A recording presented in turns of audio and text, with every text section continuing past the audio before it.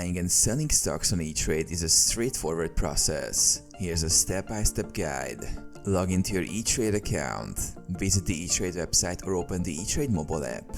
Enter your username and password to access your account. Navigate to the trading platform. On the dashboard, click on the Trade tab, then select Stocks or ETFs from the menu to access the stock trading platform. Search for a stock. Enter the ticker symbol or company name in the search bar to find the stock you want to trade. Click on the stock to view details like the current price, charts, and news. Place a buy or sell order. Buying stocks. Click Buy. Enter the number of shares you wish to buy. Select your order type, market or limit. Review and submit your order. Selling stocks. Click Sell.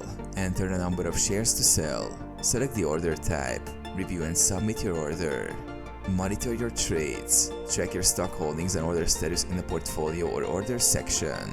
You can modify or cancel pending orders if needed.